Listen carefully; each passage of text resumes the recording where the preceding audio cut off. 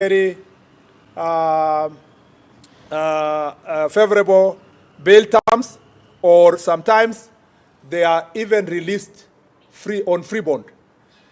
It is up to the judiciary to decide if they want a country of law and order or they want anarchy akin to what we saw yesterday. And as I said in my statement, recently, a section of church leaders and a section of diplomats went public and asked the Inspector General of Police not to stop anyone who wanted to come to town to protest. It is now clear that there was no protest. It was chaos, anarchy. Parliament was being targeted and State House was being targeted. Those who planned this chaos had a very premeditated plan. They shared that plan, including online.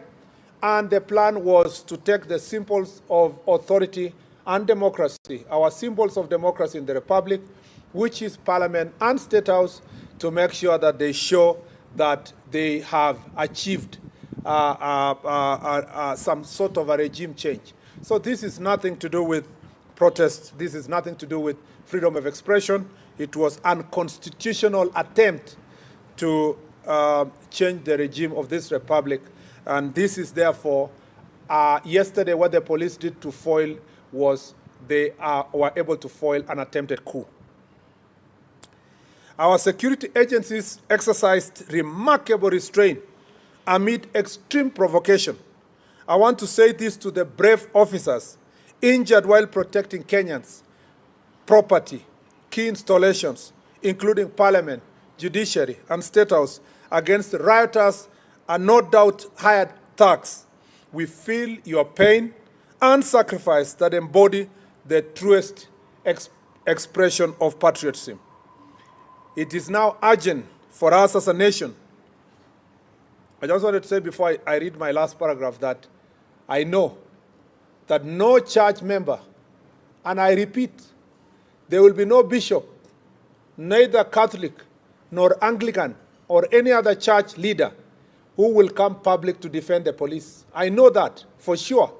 Nobody will speak about how the police were attacked, injured, and suffered immense pain as a result of the various. Nobody will do so. I also know that no diplomat will come to public to defend our police because it is not in their interest for Kenya to be a safe nation and to be a prospering country with full democracy. All those people would prefer anarchy, chaos, at the expense of peace. And since there's no one who is going to defend our police officers, I want to speak authoritatively here. I thank you, our police officer, for a job well done against the extreme provocation. And some police stations were attacked by thugs. And their mission was just to get the guns and police uniform.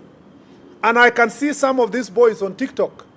They are wearing police uniform, calling themselves sergeants, and that they have taken over power. Make no mistake, we will come for you, and we will come hard. It doesn't matter the noisemakers, doesn't matter those who are calling us names. I will defend the police officers, or all the police officers who did a very good job yesterday. You have my full support, 100%.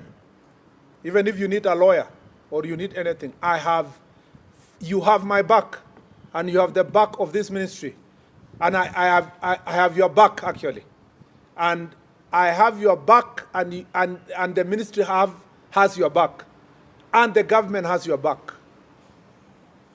If you are a police officer and you are being threatened with some character saying that you committed any excesses, there is no police officer who committed any excess yesterday.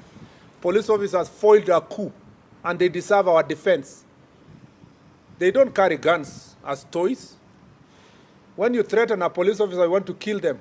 When you target an armory in a police station, when you steal guns, when you ban guns, when you ban a police station, you want us to celebrate you and bring you a birthday cake.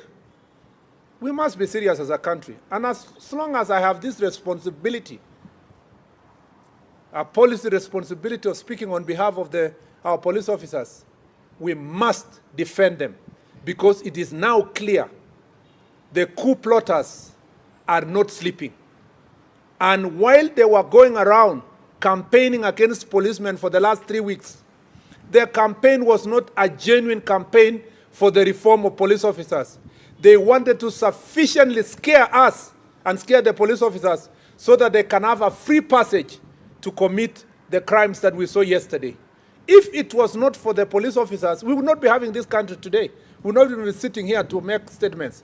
And therefore, our police officers have my full support, and I will defend them against all the orchestrated attacks that want to paint police officers as if they are lesser human beings and not daughters and sons of this republic.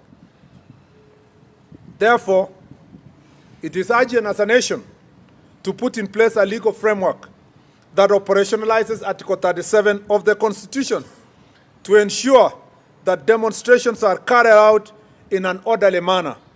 This entails providing sufficient information on the planners, purpose, day, time, and demonstrations routes, among other details, to enable the police to provide adequate security and to ensure that the demonstrations are not happening in areas that will inconvenience other Kenyans who do not want to take part, including traders and other business people.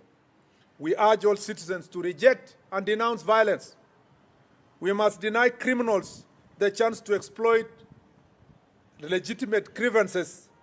We welcome dialogue with all stakeholders, including the youth, grassroots voices, traders and business leaders, civil society, and other religious groups to address systemic issues that affect Kenya. Kenya's strength lies in our unity. To those who seek chaos, our resolve to protect our motherland is unbreakable. To peaceful citizens, the government stands with you. I thank you. Thank you very much. I will take perhaps 3 questions. You introduce yourself, your name, and the station. Let me move 1, 2, and the third. 1, 2, 3. Proceed. Thank you very much once again. My name is Emmanuel from Citizen TV. Just 2 questions. One, you mentioned that this was politically instigated. Do you have names that you're working with? Do you have the names that you think are the sponsors? And number 2, for the families that were affected, those who lost millions of shillings, are you going to compensate them? Is the government going to do something to have them come back again? Okay.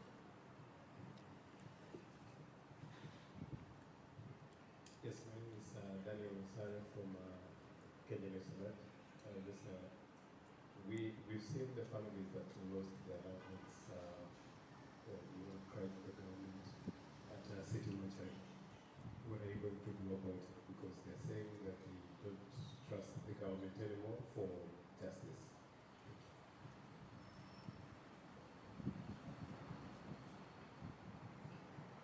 Good afternoon, my name is Ian Keitani from K24. I have 2 questions. One, we saw situations, for example, in Bororiet where police officers allegedly were escorting goons who were attacking those who were protesting. And number 2, just to emphasize on what was said, you mentioned coup plotters that were, those were exact words. Will you probably give us names? Thank you.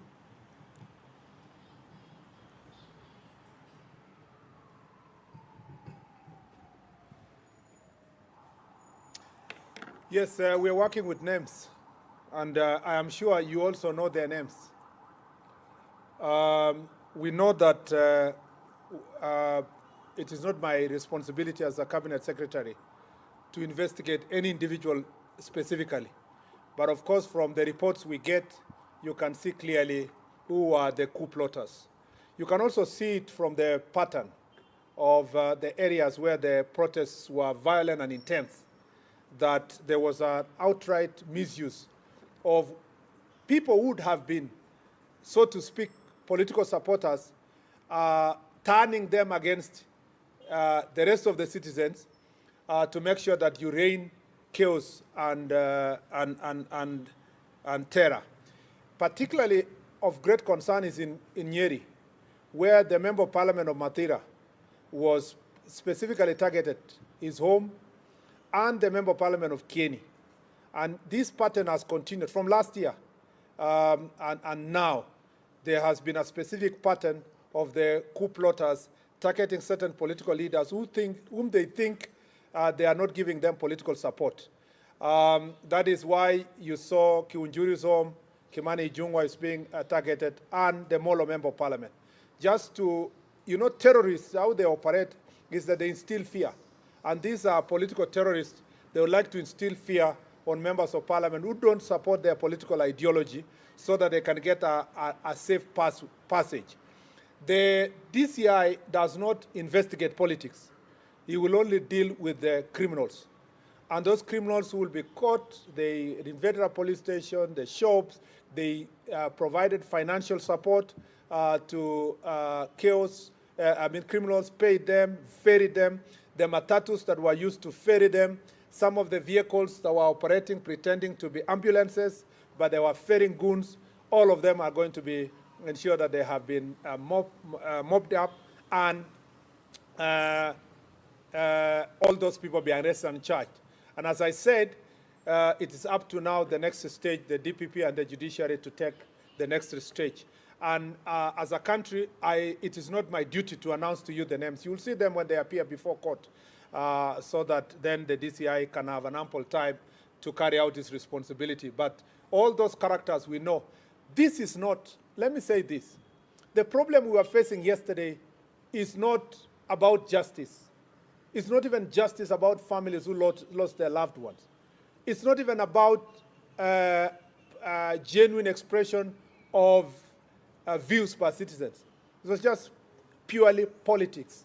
And yesterday's game was political. But for people who are impatient to wait for the next elections, they think there is something they can do between now and next elections to get this administration out of office.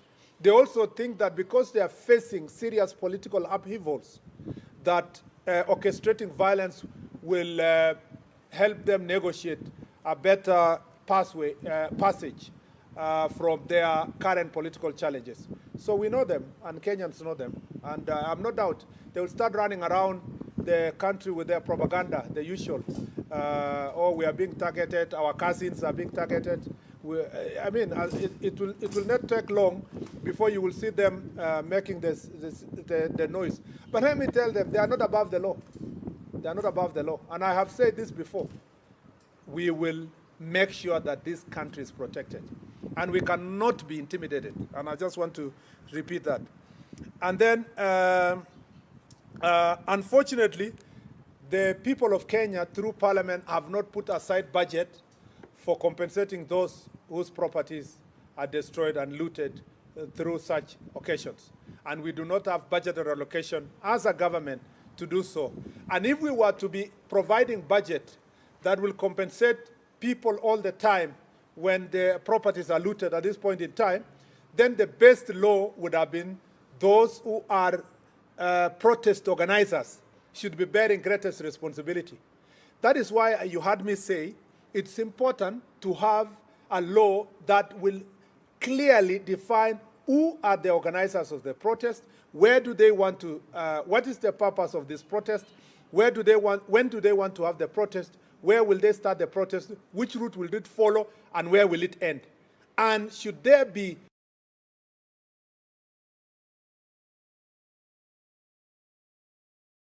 anything that is, should these protesters loot people's properties, what will happen? It is also important to organize public protests. It's because Mr. Properly briefed, the protesters followed defined route in Mombasa. They started at 10, they finished at 12. There was a small group that wanted to cause chaos at some point, but it wasn't a serious one, and the protest was closed. That is an example of how public protest should be done, not the kind of mayhem and chaos that we witnessed in the city. And therefore, unfortunately, the government of Kenya does not have a budgetary allocation from Parliament that takes care of any form of compensation. That does not mean that the government of Kenya is not feeling the pain of the businesses. When I went to OTC today at the bus station, and all of us as a team when we went there, you saw, I mean, I met a lady who lost her husband 7 months ago, and she has loans. And she has, this business she's running was worth about, the capital required is about 200,000. Now, as a government, you would say, yes, we have no budget to do so. But all of us as well-wishers, other business people, even from government, even as leaders,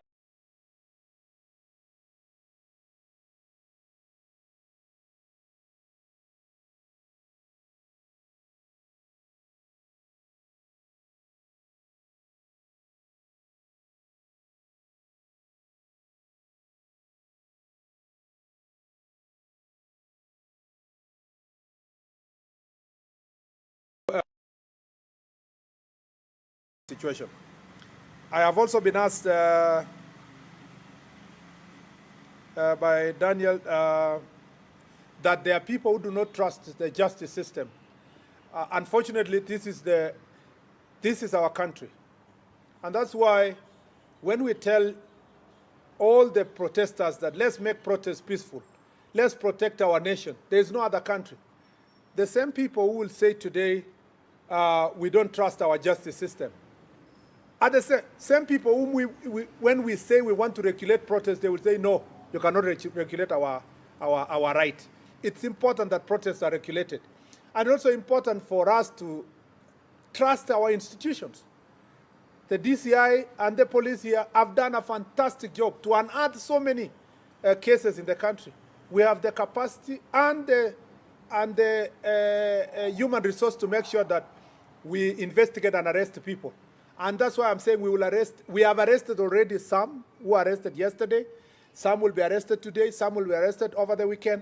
But we want to make sure that all those people who are prosecuted, there is enough evidence, and we want to request the judiciary to work with us and work with the police, National Police Service, to ensure that all those characters are brought to justice. On the question of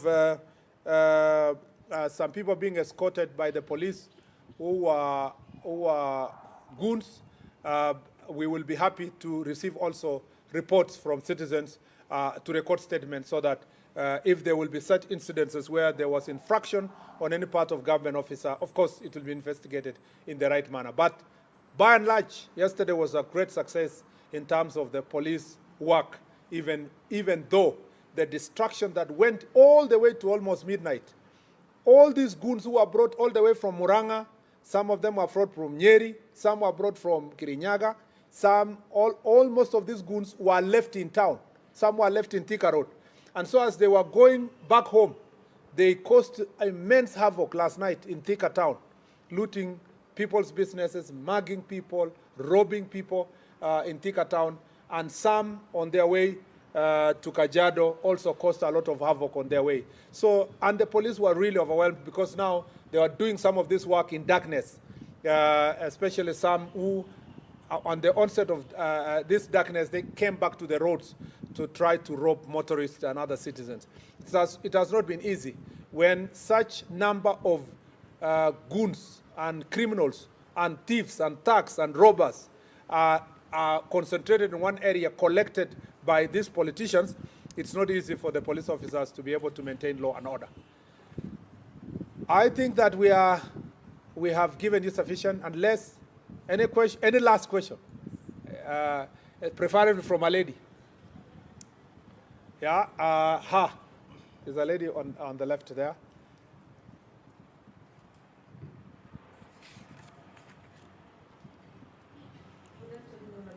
Good afternoon. My question would be from the Communications Authority about media houses broadcasting live protests.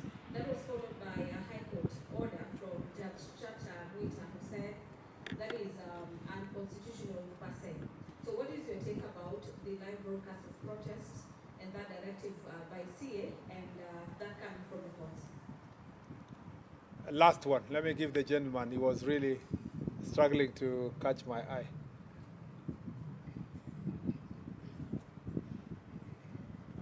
Good afternoon. My name is Greg Kavani from the Standard Video. My question is simple. What is your message to the people who lost their loved ones during yesterday? Thank you. Because you are the last one, let me just give you. Yeah. Thank you. My name is Mike.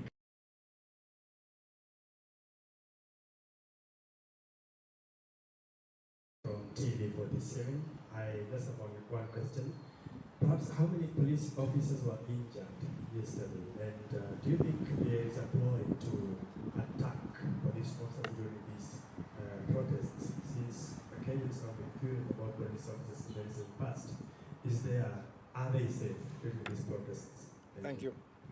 Thank you very much. First, let me, on the communication, on the live broadcasting, there is nothing wrong with live broadcast per se, because we also, our media enjoys freedom. We have the freedom of media in this country. The biggest problem with live broadcasting, having watched a number of them, media stations yesterday, is the idea that media becomes the center of mobilization for some of these protesters. In fact, most of the media houses are working very hard during the onset of protest, telling people, oh yeah, wengine wamekuja, sasa tayari ndio hawa. They're interviewing people in the street and tell them, what do you tell those who are still at home? You see, they are participating, directly in mobilizing people to come. But what was even of greater concern to me is some of the media stations whose their job was directing the protesters. And they are saying, oh, now they are in Thika Road. As soon as they converge with the ones in Kiambu Road, the possibility is that they will pass through Museum and State House will be very near. You see, that is really very irresponsible journalism. Of course, the gentleman from Standard knows that Standard now has stopped being a newspaper. The headlines for the last 2 months or 3 months have always been about security and insulting people without resorting at one instance to ask for feedback from anybody, not even any person. Now they have these interesting headlines that pass judgment on the Inspector General of Police, the Minister, the President. Of course, the President lives on their headline. I understand the desire and the tough economic times for newspapers to sell. But that cannot happen at the expense of our country.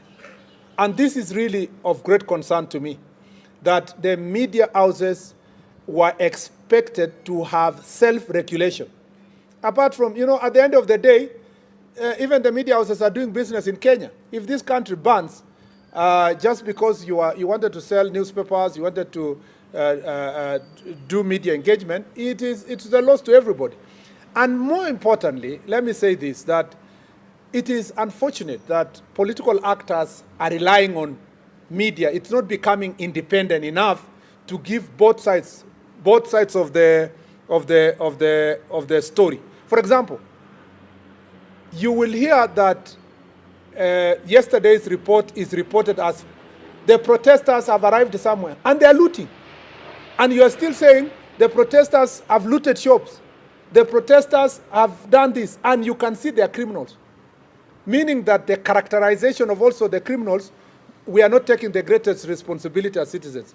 You've watched international media, except of course when they are reporting from Africa, and Nairobi especially, that they are very careful. When they are reporting about Israel, about America, about UK, they are very careful about their own countries. But when they come to our country, report it as it is.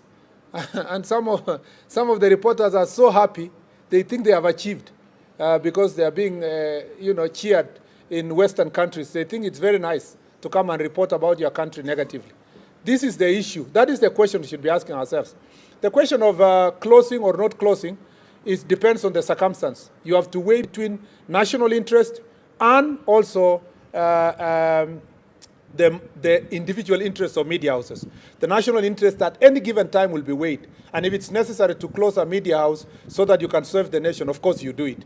You know that media played a critical role in 2007, 2008 post-election violence, and that some media houses were indicted for the role they played.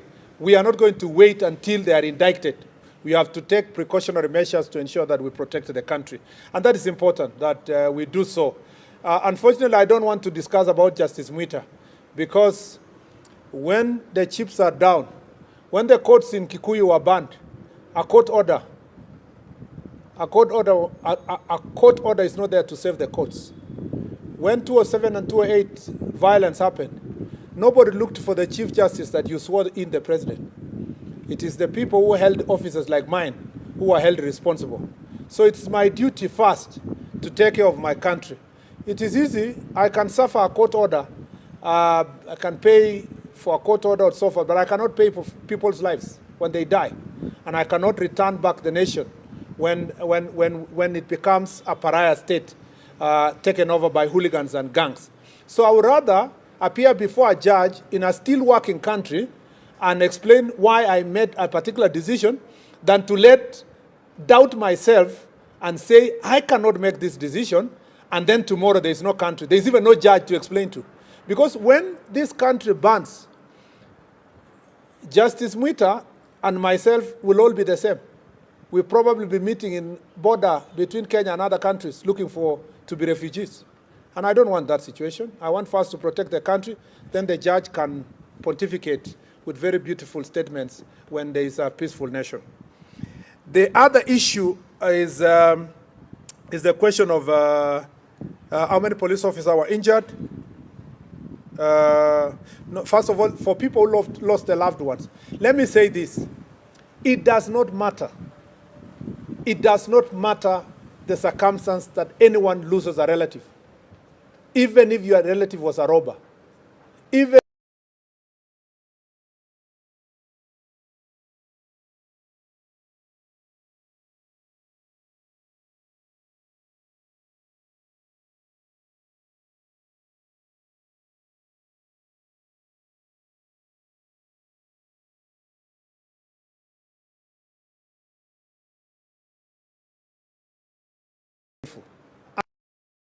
all families that lost their loved ones yesterday, it does not matter if the investigation will show that some of them were trying to get into police armory, they wanted to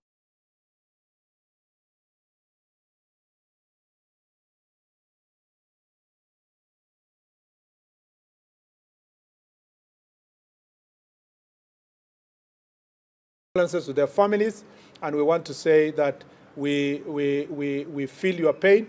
It's painful. Persons, a total of 400 people were injured. And it is true that from yesterday's protest, there is a particular pattern, and again, in particular constituencies, where police stations are being targeted. And I suspect the banning of police stations was supposed to help the coup plotters make a statement that there is no country and that there is no authority. So that is why you see they want the guns and they want police uniform. And they want to show that the uniform is degraded so that there is no authority in the country. That is the entire mission of what happened yesterday. And therefore, as I said, we will take firm action to ensure that the nation is in safe hands. And I think with all those many remarks, unless IG, you just want to say one word. Yeah, just say one word. Yeah. Thank you very much, Waziri. Maybe let me start by saying that I also joined my Waziri